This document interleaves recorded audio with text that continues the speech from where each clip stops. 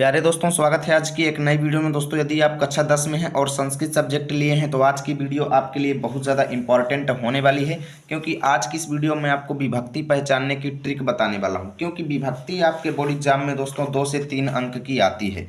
यहाँ पर देख सकते हो 7वें प्रश्न में दिया जाएगा, निम्नलिखित रेखांकित पदों में से किसी एक पद में निर्देशानुसार विभक्ति का नाम आपको लिखना है और 2 अंक का मिलेगा। ध्यान देना, सबसे आसान बात यह है कि यहाँ पर ध्यान देना 3 दिए रहेंगे, ठीक है, और 3 में से किसी एक में ही बताना है।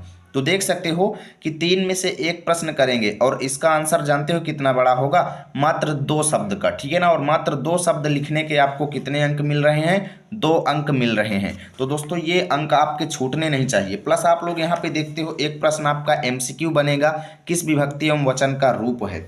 तो आज की इस वीडियो में आपको बहुत ही बेहतर ट्रिक बताऊंगा, जिसकी मदद से आप चेक कर पाएंगे कि आपके एग्जाम में कोई भी वाक्य देगा और समझ जाएंगे कि यहाँ पर कौन सी विभक्ति है। वीडियो को ध्यान से देखना, क्योंकि बहुत ही सिंपल तरीके से मैं बताऊंगा। आपको कोई भी व्याकरण का कोई भी रूल नहीं आता, कुछ भी नहीं जानते आप संस्कृत व्याकरण में क्या चीज़ें आपको कैसे पढ़ना है, आज की इस वीडियो में आपको डिटेल में बताऊंगा, ठीक है। चलो शुरू करते हैं। तो यहाँ पे देखिए दोस्तों, आपके संस्कृत व्याकरण में आपको इतना मात्र याद करना है, इतना आप लोग याद कर सकते हो। सोते बैठते उठते जागते आप इसको एक दूसरे से बात करके याद कर सकते हो। बहुत सिंपल है। देखो आपको कैसे याद करना है कि कर्ता ने कर्म को करण से के द्वारा संप्रदान के लिए अपदान से संबंध का के की अधिकरण में पर पे, इस तरीके से आपको याद करना है। कैसे याद करना है? कर्ता ने कर्म को करण से के द्वारा संप्रदान के लिए अपदान से संबंध का के की अधिकरण में पर पे। बस इतना आप तैयार कर लो ना दोस्तों, मात्र इतना आपको पढ़ना है और 2 से 3 अंक आपके कन्फर्म हो जाएंगे। कैसे, मैं आपको अभी बताता हूँ। देखो संस्कृत में विभक्तियां कितनी हैं? 7 हैं। प्रथमा, द्वितीय, तृतीय, चतुर्थी, पंचमी, षष्ठी, सप्तमी। और यहाँ पे देखना, प्रथमा विभक्ति में कौन सा कारक होता है? कर्ता कारक होता है। ध्यान देना, ये कारक हैं, ठीक है। कारक यहाँ पे दिए गए हैं, ये विभक्तियां दी गई हैं और वो उनके चिन्ह दिए गए हैं। अभी ये आपके किस काम आएंगे मैं आपको बताऊंगा। देखो आपको बस इतना याद करना है कि जहाँ पे प्रथमा विभक्ति होगी वहाँ पे कर्ता कारक होगा और उसका चिन्ह होगा ने, ठीक है। जहाँ पे द्वितीय विभक्ति होगी वहाँ पे कर्म कारक होगा, उसका चिन्ह होगा को। जहाँ पे तृतीय विभक्ति होगी उसका करण कारक होगा और वहाँ पे चिन्ह होगा से या फिर के द्वारा, ठीक है। 2 चिन्ह है इसके, या तो से रहेगा या फिर के द्वारा रहेगा। जहाँ पे चतुर्थी विभक्ति रहेगी वहाँ पे संप्रदान कारक रहेगा, जिसका चिन्ह रहेगा के लिए, ठीक है। पंचमी विभक्ति जहाँ पे रहेगी वहाँ पे अपदान कारक रहेगा, जिसका चिन्ह रहेगा से। यहाँ पे देख सकते हो से यहाँ पे भी है, यहाँ पे भी है, लेकिन ये वाला से जो है अलग होने के अर्थ में रहेगा। जैसे कैसे कि जैसे वृक्ष से फल अलग हो रहा है, ठीक है ना। तो वृक्ष से फल जो है अलग हो रहा है तो वहाँ पे ये वाला से यूज होगा, ये वाला से वहाँ पर यूज नहीं होगा, ठीक है। अलग होने के अर्थ में, जहाँ पे अलग होने के अर्थ की बात की जाएगी वहाँ पे कुल मिला के पंचमी विभक्ति रहेगी। मैं आपको ये समझाना चाहता हूँ, ठीक है। अब यहाँ पे षष्ठी विभक्ति का कारक होगा संबंध कारक और चिन्ह होगा का के की, ठीक है। सप्तमी विभक्ति का कारक होगा अधिकरण कारक और जिसका चिन्ह होगा में पर पे, जैसे वह विद्यालय में पढ़ता है, ठीक है, ऐसे, ठीक है। यहीं पे पर हो जाएगा, पे हो जाएगा, ये भी जहाँ पर आपको मिलेंगे, यानी ये चिन्ह जहाँ पे आपको मिल जाएंगे वहाँ पे सप्तमी विभक्ति रहेगी, अधिकरण कारक रहेगा।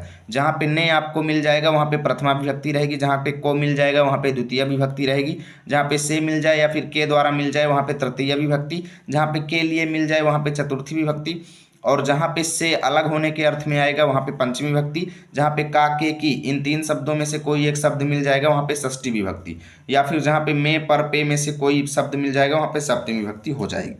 अब देखिए ये तो आपकी फर्स्ट ट्रिक हो गई, ठीक है। ट्रिक नंबर 1 ये थी। अभी इससे चलिए कुछ एक्सरसाइज करते हैं, 7 से 8 प्रश्न आपसे लगवाते हैं, उसके बाद दूसरी ट्रिक की ओर चलेंगे।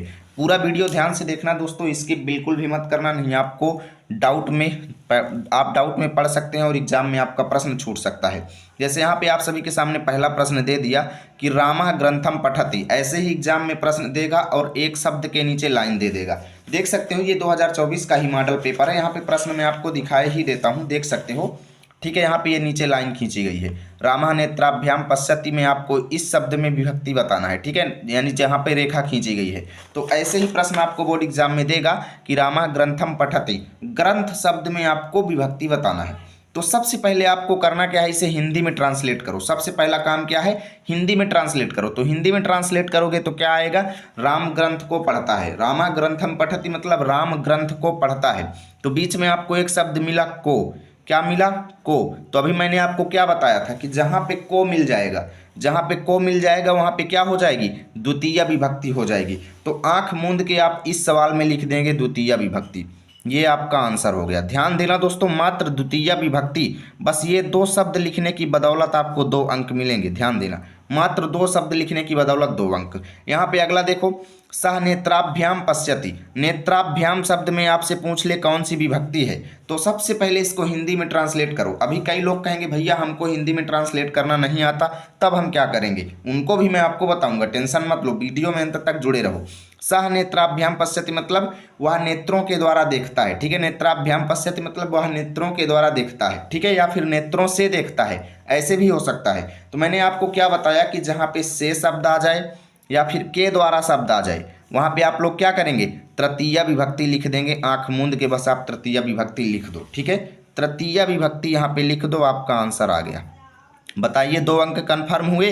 अभी पूरा वीडियो देखना, इतने में काम नहीं चलेगा, अभी बहुत कुछ बताना है मुझे। देखो, श्री गणेशाय नमः, श्री गणेशाय नमः का हिंदी ट्रांसलेट होगा गणेश भगवान को नमस्कार है, ठीक है, गणेश जी को नमस्कार है। तो किसको नमस्कार है या किसके द्वारा नमस्कार है, श्री गणेशाय नमः, किसके लिए नमस्कार है, गणेश जी के लिए, ठीक है ना, श्री गणेश जी के लिए नमस्कार। तो यहाँ पे आपको एक शब्द मिला के लिए, ध्यान देना, के लिए। जहाँ पे के लिए शब्द मिल जाएगा वहाँ पे आप क्या कर देंगे, चतुर्थी विभक्ति मिल जाएगी, ठीक है। बस आपको कुछ नहीं करना है, यहाँ पे सिंपल आपको चतुर्थी विभक्ति लिख देना है। बस ये समझ लो कि अगर आप जो ऊपर चीज़ें मैं बताया हूँ ना, विभक्तियाँ और चिन्ह याद कर लोगे तो आपका काम हो जाएगा। उसके बाद देखो, वृक्षात वृक्षात पर्णानि पतंति, हिंदी में ट्रांसलेट करो, वृक्षों से पत्ते गिरते हैं, वृक्षों से पत्ते गिरते हैं। वृक्षात शब्द में आपसे विभक्ति पूछा, तो यहाँ पे क्या हो रहा है, वृक्षों से पत्ते गिर रहे हैं, यानी वृक्ष से पत्ते अलग हो रहे हैं। तो यहाँ पे जो से यूज हुआ है वो अलग होने के अर्थ में यूज हुआ है। तो मैंने क्या बताया कि जब से शब्द यूज होगा अलग होने के अर्थ में, तो वहाँ पे आप लोग पंचमी विभक्ति लगा देंगे। तो बस कुछ करना नहीं, आंसर में आप लिख देंगे पंचमी विभक्ति, पंचमी विभक्ति लिख देंगे और भैया 2 नंबर आपको फ्री के मिल जाएंगे, मात्र 2 शब्द लिखने के, ठीक है। देखो यहाँ पे 5वां प्रश्न है, बालकः विद्यालये पठति। एक शब्द मिला विद्यालय, विद्यालय में आपसे पूछ सकता है कौन सी विभक्ति है, तो बालक विद्यालय में पढ़ता है, ठीक है, ऐसे आप करोगे, या बालक विद्यालय पर पढ़ता है, बालक विद्यालय में पढ़ता है, ऐसे होगा, ठीक है। तो में मैंने क्या बताया कि जहाँ पे में शब्द मिल जाएगा वहाँ पे आप लोग क्या करेंगे, सप्तमी विभक्ति कर देंगे। बस हो गया, आपका काम हो गया। यहाँ पे लिख देंगे सप्तमी विभक्ति। ओके, उम्मीद करता हूँ आपको बेहतर तरीके से एक एक चीज़ समझ में आ रही होगी, ठीक है। ध्यान देना, बहुत सरल तरीके से मैं आपको बताऊंगा। यहाँ पे देखो, त्वम गुरोह आज्ञाम पालय, इसका मतलब ये है कि तुम गुरु की आज्ञा का पालन करो, ठीक है। तो यहाँ पे गुरोह शब्द में आपसे पूछ लेगा विभक्ति क्या है, तो गुरु की आज्ञा का पालन करो। आपको बीच में एक शब्द मिल रहा है की, क्या मिल रहा है की, तो मैंने क्या बताया कि जब संबंध का के की बात आएगी तो वहाँ पे कौन सा विभक्ति होगी, षष्ठी विभक्ति होगी, ठीक है। तो यहाँ पे षष्ठी विभक्ति आप लिख देंगे और 2 अंक लूट लेंगे। देखिए, पहली ट्रिक आपकी कंप्लीट हुई और मैंने एक्सरसाइज भी करा दिया। अभी मैं आपको बताऊंगा, अब चलते हैं नेक्स्ट पेज पे और दूसरी ट्रिक को देखते हैं। तो दोस्तों हम आ चुके हैं नेक्स्ट पेज पे और यहाँ पे मैंने कुछ विशेष चीज़ें लिखी हैं जो आपको ध्यान देने योग्य हैं, अन्यथा आप प्रश्न को गलत कर दोगे, मैं ये कहता हूँ। जैसे आपके सामने पहली मुख्य इंपॉर्टेंट बात है, थोड़ा मैं ब्राइटनेस को कम करता हूँ, ठीक है, ताकि आपको अच्छा दिखे। यहाँ पे देख सकते हो, पहला क्या दिया गया है कि समय एवं दूरी बताने वाले शब्द में, ध्यान देना, समय एवं दूरी बताने वाले शब्द में हमेशा द्वितीय विभक्ति होती है। स्क्रीनशॉट लेकर के रख लो, पहले ध्यान देना, पहले स्क्रीनशॉट लो, ठीक है। समय एवं दूरी बताने वाले शब्द चाहे जहां पर यूज हो, जिस भी वाक्य में समय एवं दूरी बताने वाले शब्द आ जाएंगे वहां पे आंख मूंद के आपको द्वितीय विभक्ति लिख देना है। जैसे आपके सामने वाक्य आ गया, रामः 14 वर्षाणि वने न्यवसत, इसका मतलब ये है कि राम 14 वर्ष के लिए वन में रहे, ठीक है। अब आपसे पूछ ले कि 14 वर्षाणि में कौन सी विभक्ति है, तो मैंने क्या बताया कि जो समय को बताएगा। 14 वर्षाणि मतलब 14 वर्ष, ये समय को बता रहा है। तो जब ये समय को बता रहा है तो आंख मूंद के आप इसमें द्वितीय विभक्ति लिख दोगे। क्या लिख दोगे, द्वितीय विभक्ति लिख दोगे और 2 अंक आप ले जाओगे, ठीक है। उसके बाद देखो, जिस शब्द द्वारा किसी रोग या विकार का वर्णन हो, ध्यान देना, दूसरा क्या है, जिस शब्द द्वारा किसी रोग या विकार का वर्णन हो वहां पर तृतीय विभक्ति होगी और इसका सूत्र होता है एनांग विकारः। सूत्र आपको याद करना है, कर लो, अन्यथा कोई जरूरत नहीं है। बस आप ये बात याद रखो कि जब किसी अंग में विकार या रोग का वर्णन किसी शब्द द्वारा किया जाता है तो वहां पे हम तृतीय विभक्ति लगाएंगे। जैसे सह नेत्रेण काणा अस्ति, मतलब वह नेत्रों से यानी आँखों से काना है, ठीक है, वह आँखों से काना है। तो यहाँ पे नेत्रेण शब्द में आपसे विभक्ति पूछी जा रही है, तो बिना कुछ सोचे समझे आप यहाँ पे तृतीया विभक्ति लिख दो।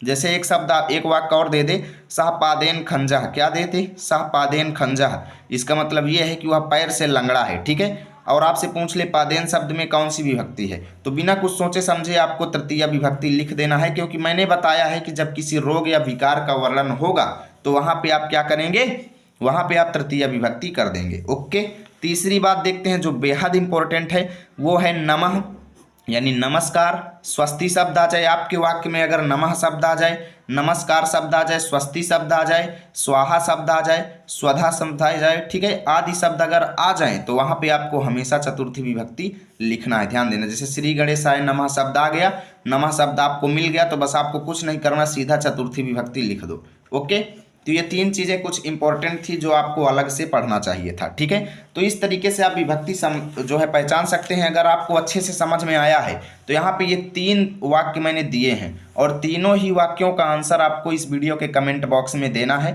और ऐसे अगर आप पढ़ लिए हैं, पूरा वीडियो ध्यान से देख लिए हैं ना, तो एग्जाम में कोई भी एग्जामिनर आपका 2 अंक नहीं ले जा सकता, मैं ये गारंटी के साथ कहता हूँ। यदि वीडियो अच्छी लगी तो लाइक करना, दोस्तों के पास शेयर करना। मिलेंगे आप सभी के साथ अगली वीडियो में, तब तक के लिए जय हिंद, जय भारत।